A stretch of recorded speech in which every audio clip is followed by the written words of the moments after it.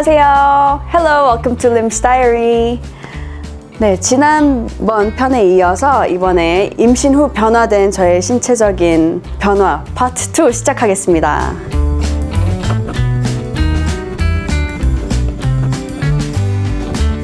그리고 체중, 제가 알기로는 한 달에 한 1kg 정도, 0.5 아니면 1kg 정도 찌는 게 정상이라고 들었는데, 그렇게 잘 하다가 1, 2, 3, 4, 5, 5개월까지 잘 하다가 5개월에서 6개월 넘어갈 때 갑자기 3, 4kg가 확 쪄버린 거예요. 저는 급격하게. 근데 병원에서는 그럴 수 있다, 하지만 지금부터 조심해야 된다, 지금부터는 뭐 탄수화물 많이 안 먹고 조금 더 식단 조절을 해야 된다. 사실 운동하는 건 산모한테 조금 살쪘다고 해서 운동 뭐 과격하게 하고 이렇게 하면 안 되지만, 우리가 할 수 있는 거는 식단 조절밖에 없다라고 선생님께서 말씀해 주셨어요. 그리고 뭐 가벼운 산책, 가벼운 운동 정도. 네, 그게 제일 어렵네요, 식단 조절. 제가 이제 조만간 임당 검사 가거든요. 근데 그게 산모들이 제일 무서워하는 검사라고 하더라고요. 근데 저는 진짜 걱정이 돼요. 왜냐면 단 거를 워낙 좋아하기 때문에 임신성 당뇨 검사가 어떻게 나올지 저도 두렵습니다. 그게 재검이 뜨는 순간 뭐 병원에 하루 종일 있어야 된다면서요. 피를 뭐 3-4번 뽑고 이렇게 해야 된다고 해서 좀 걱정되긴 해요. 저는 단 거를 워낙 많이 먹고 좋아해서. 그리고 다음 거는, 이건 정말 몰랐어요. 제가 지금까지 얘기한 건 저도 어느 정도 좀 알고 있었던 내용이었거든요. 근데 이 다음 거는 제가 직접 확인하고 좀 놀랬던 부분인데, 배에 털이 생겨요. 배털. 아니, 여러분도 생기셨나요? 저는 배에 털이 생겼어요. 근데 이게 왜 그런 거 찾아보니까 그게 원래 그렇대요.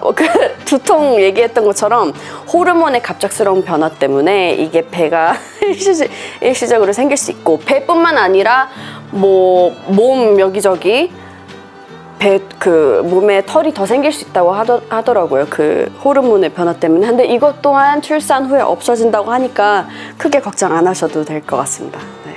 근데 막 털이 막 엄청 많이 생기진 않지만 그냥 좀 놀랐어요. 없던 털이 생기니까.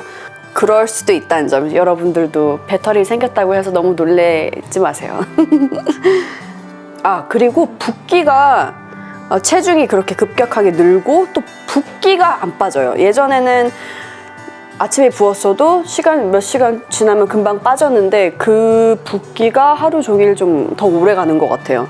네, 그리고 아까 말씀드렸지만 입덧의 일종이라고 소화불량을 얘기했잖아요. 네, 전 그게 제일 심했어요. 먹덧, 입덧, 뭐 토하고 이렇게 하는 것보다 소화가 너무 안 돼서 한 번에 진짜 몸살 난 사람처럼 밖에서 걷고 있는데 너무 힘든 거예요. 근데 약을 또 먹으면 안 되고, 뭐 변비약을 먹으면 안 되고 하니까 진짜 거의 막 몸에 온도가 없어진 것 같은 느낌? 기분 되게 이상했어요. 근데 약국에 가서 저 지금 막 이런 소화불량 때문에 임신했는데 뭐 어떻게 상황 얘기하니까 무슨 효소 같은 거, 임산부도 먹을 수 있는 거를 추천해 주셔서 그걸 먹었는데, 그거 먹고 나니까 좀 확실히 몸이 좀 편해진 느낌이 있었어요.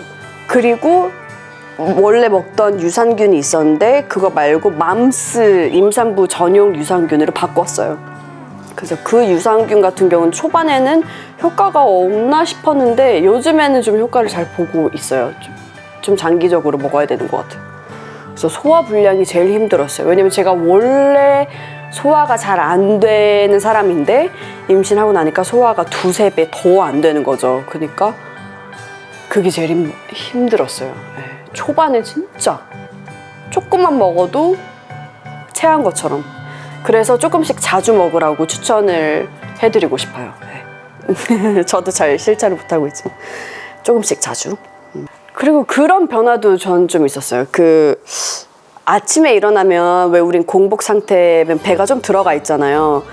근데 저녁 되면 확실히 배가 더 빵빵해져 있고, 이게 뭐 일 끝나고 와서 그런지 배가 더 많이, 무슨 만삭배, 그러니까 그렇게까지 아니지만 아침이랑 저녁 배를 비교했을 때 확실히 차이가 크더라고요. 16주 이후부터는 철분제를 먹는 걸 추천하더라고요. 근데 철분제를 먹으면 변비가 생길 수도 있대요. 그래서 뭐 맘스 유산균 아니면 저 같은 경우는 우유랑 토마토 이런 걸 먹었을 때 화장실을 좀 잘 갔던 것 같아요. 따뜻한 물이랑 16주 이전에는 엽산을 굉장히 열심히 먹었고 16주 이후로는 좀 철분 위주로 먹고 있어요 지금. 근데 비타민 D가 대부분 조금 부족하게 나온대요. 저도 검사했을 때 비타민 D가 좀 부족하게 나와서 그것도 2알씩 챙겨 먹고 있고 챙겨 먹는 게 은근 많아요. 뭐 오메가3에서부터 뭐 굉장히 많이 있습니다. 이거는 좀 사람들이 궁금해 할 것 같은데 배가 본격적으로 나온 시기 정말 이거는 사람마다 다르죠. 다른데 저 같은 경우는 제가 느꼈을 때는 17주 16주 때는 나왔나? 뭐 나온 건가? 아니면 그냥 내가 뭘 먹어서 배가 나온 건가? 좀 긴가민가 했는데 17주 때는 확실히 배가 나왔구나 라고 제가 생각을 했고요. 근데 사람들 눈에 띄었던 거 사람들이 봤을 때도 임신했구나 싶었던 거는 20주였던 것 같아요. 20주 이후로는 뭐 사람들이 좀 더 알아봐 주셨던 것 같아요. 네. 제가 느낀 건 17주지만 사람들이 그냥 티가 났던 건 20주. 한번 택시를 탔는데 전 티가 안 나는 줄 알았거든요. 택시를 탔는데 택시 기사님이 막 제가 짐 내려줄게요. 아니요 괜찮아요. 아니요 임산부라고 괜찮다고 자기가 내려주셨거든요. 그래서 그거 보고 이제 누가 봐도 임산부 배구나 싶었어요. 근데 태동 저는 임신하기 전에 그게 궁금했어요. 태동 느낌은 어떤 느낌일지. 제가 선희 언니한테 물어봤는데 언니가 되게 막 간지러운 느낌? 뭔가 보글보글한 느낌이 있으면 그거 태동이야 언니가 그랬거든요. 주변 다른 임산부 분들도 그런 식으로 얘기를 해줬던 것 같아요. 근데 저는 간지러운 느낌, 보글보글 그런 거 아예 없었고요. 그냥 처음부터 툭툭 쳤던 것 같아요. 처음부터 뭔가 복싱하는 것처럼 막 툭툭툭툭 이런 느낌이었어요. 저는 뭐 가려운 느낌, 보글보글 그런 건 아예 없었어요. 정말 케이스 바이 케이스라는 점 진짜 그런 것 같아요. 툭툭 치는 느낌인데 이게 바로 이게 태동이구나 아실 거예요 아마. 왜냐면 평생 그런 뭔가 아무리 이게 뭐 가스가 차도 그런 느낌은 없으니까. 네, 안에서 뭔가 나를 배꼽 한참 아래에서 뭔가 툭툭 치는 느낌? 네. 발차기를 굉장히 잘 찹니다. 또 뭐가 궁금할까요? 제가 느낀 저의 신체적인 변화는 대략 이 정도 설명해 드렸는데 전체적으로 봤을 때 팁을 드리자면 어떻게 보면 좀 뻔한 얘기일 수도 있지만 제일 중요한 얘기인 것 같아요. 따뜻한 물 많이 마시고 잠 많이 잘 수 있으면 자고 그리고 긍정적인 생각 이 3가지가 제일 중요한 것 같고요.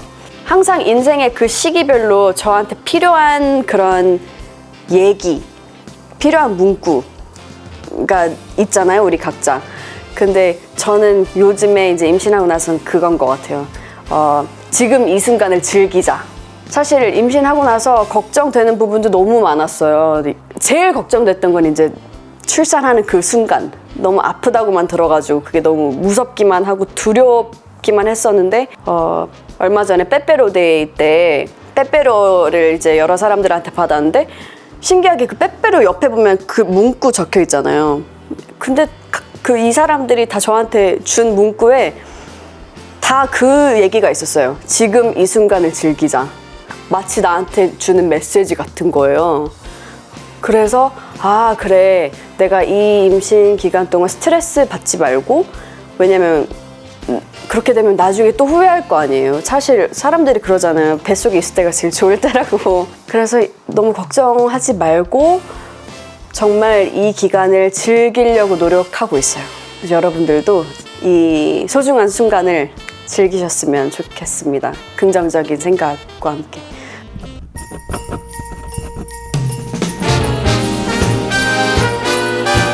(4주부터) (24주의) 저의 신체적인 변화에 대해서 말씀드렸는데요. 네, 여러분 어떻게 들으셨는지 모르겠네요. 시청해주셔서 감사합니다.